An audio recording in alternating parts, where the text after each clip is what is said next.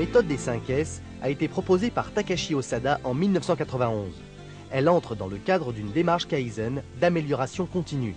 Les 5 S sont ceux de 5 mots japonais érigés au rang de principe. Seiri, le débarras, Seiton, le rangement, Seizo, le nettoyage, Seiketsu, l'ordre, et Shitsuke, la rigueur. L'objectif des 5 S est d'amener chaque salarié à s'approprier son poste de travail à travers un entretien rigoureux et un rangement optimal. En effet, avant d'engager une démarche de qualité totale, il paraît nécessaire de commencer par impliquer chaque salarié en le conduisant tout d'abord à clarifier son environnement immédiat.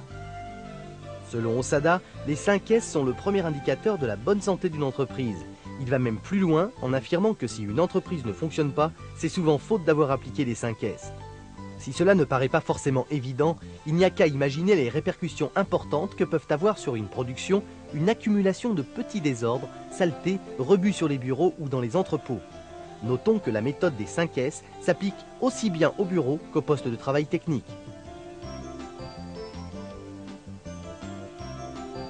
Voyons ensemble les 5 étapes de l'outil 5 S. Première étape, le débarras. C'est une phase d'identification ayant pour but de distinguer le nécessaire de l'inutile et ainsi se débarrasser de tout ce dont on n'a pas besoin, papiers inutiles, cartons, rebuts qui encombrent les lieux. D'où l'importance de hiérarchiser les éléments de travail. Pour cela, on collera des papiers de couleurs différentes pour signifier l'utilité de chaque objet sur le poste de travail. La deuxième étape est celle du rangement. Le principe de base est que chaque chose possède une place précise. Les objets utiles doivent se trouver à portée de main. Les autres doivent être éliminés ou rangés à distance. Il faut également chercher des solutions pour que tout le monde puisse trouver et ranger facilement les objets sur n'importe quel poste. Pour que chaque chose soit à un endroit précis, on peut déterminer un agencement fonctionnel comme suit. Les objets non utilisés sont jetés.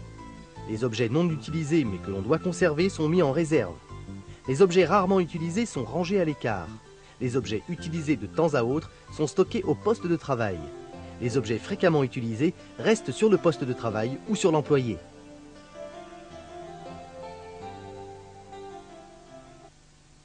La troisième étape est le nettoyage. Le non-respect de la propreté peut avoir des répercussions considérables sur les temps d'indisponibilité des machines, sur la qualité, la sécurité ou le moral des personnes. Le nettoyage est une forme de contrôle, c'est donc un outil de détection et de correction. Il permet également de développer un véritable état d'esprit en marquant le respect de chacun pour son environnement de travail. La quatrième étape est l'ordre. C'est ce qui est obtenu lorsqu'on a pris l'habitude de se débarrasser des objets inutiles, de ranger et de nettoyer. Il faut des aménagements créatifs et concrets et des rappels visuels pour que chacun comprenne le pourquoi et le comment de l'ordre. Le management visuel devient une méthode très utile en l'occurrence.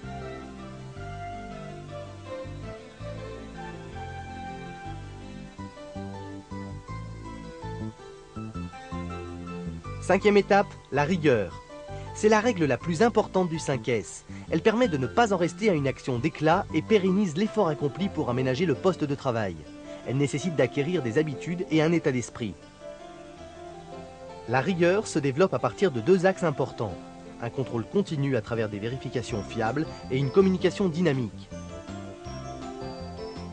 Des campagnes pour le respect des règles doivent être organisées pour maintenir un haut niveau de rigueur.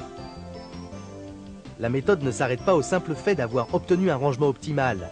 Elle doit permettre de remonter aux causes du problème, du désordre ou de la saleté pour trouver des explications afin d'améliorer la situation et éviter le recommencement.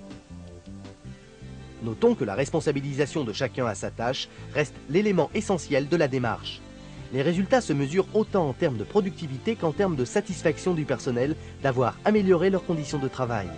C'est vraisemblablement l'outil essentiel pour amorcer une démarche de qualité totale.